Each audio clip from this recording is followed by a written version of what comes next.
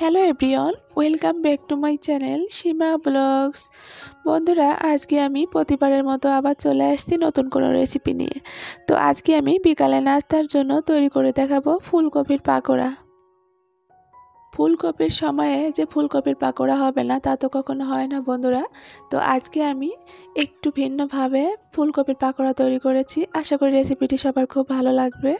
রেসিপিটি যদি ভালো লাগে অবশ্যই আমার চ্যানেলটি সাবস্ক্রাইব করে নেবেন। তো চলুন বন্ধুরা, দেরি না করে শুরু করি। আমি প্রথমে এখানে একটা ফুলকপি নিয়ে নিয়েছি। এবার ফুলকপিটা আমি কেটে নেব। আমি একটা চাকু নিয়ে কেটে নিচ্ছি। আপনারা চাইলে বটি দিয়েও কেটে নিতে পারেন আপনাদের সুবিধা অনুযায়ী। তো আমি সবগুলো কেটে নেব।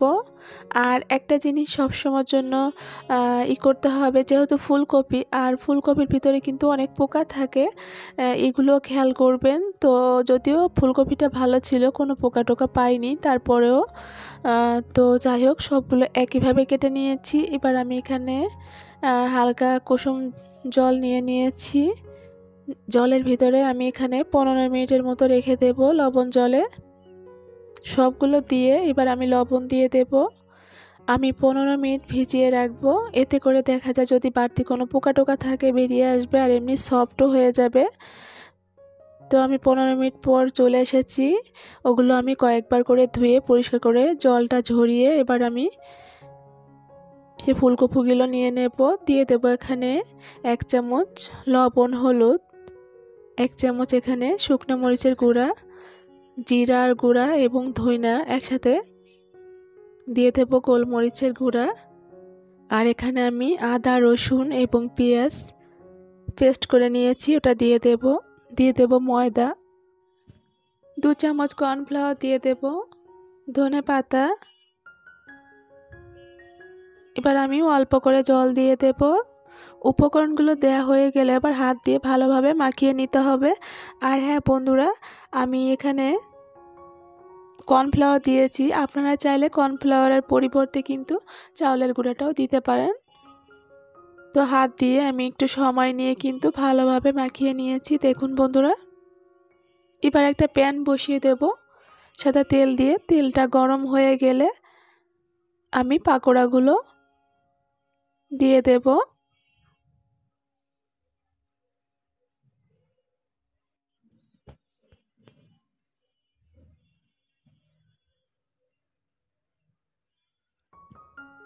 তো দেখুন আমি কিন্তু অনেকগুলো দিয়েছি।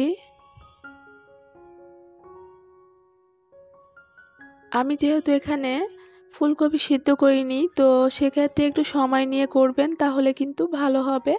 আর মুচমুচে, একদম মুচমুচে হবে আর কি, খেতেও দারুণ লাগবে বন্ধুরা।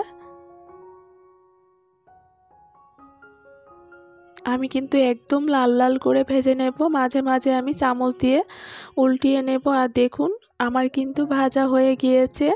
এবার আমি নামিয়ে নেব। দেখুন একদম লাল লাল করেছি। তো তেলটা ঝরিয়ে আমি নামিয়ে নিয়েছি, দেখুন বন্ধুরা।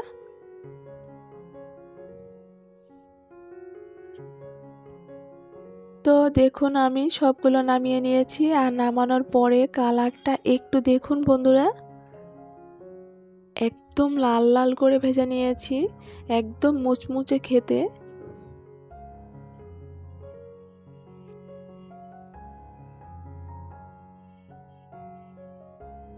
আমি বরাবর ফুলকপিটা খুব পছন্দ করি সব দিনই। আর এই ফুলকপির পাকোড়া হলে তো জাস্ট একদম জমে যাবে, মানে দারুণ। আমি খুব পছন্দ করি, শুধু আমি যে পছন্দ করি তা না, আমার ছেলে মেয়ে সবাই খুব পছন্দ করে।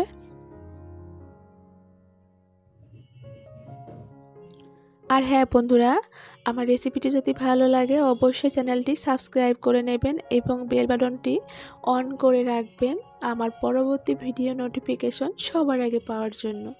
ধন্যবাদ সবাইকে, আপনারা ধৈর্য ধরে আমার ভিডিওটা দেখেছেন।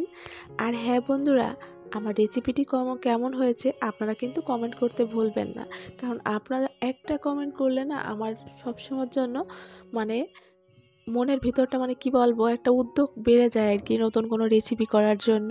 তো সবাই ভালো থাকবেন, সুস্থ থাকবেন, দেখা হবে নতুন কোনো ভিডিওতে। টাটা।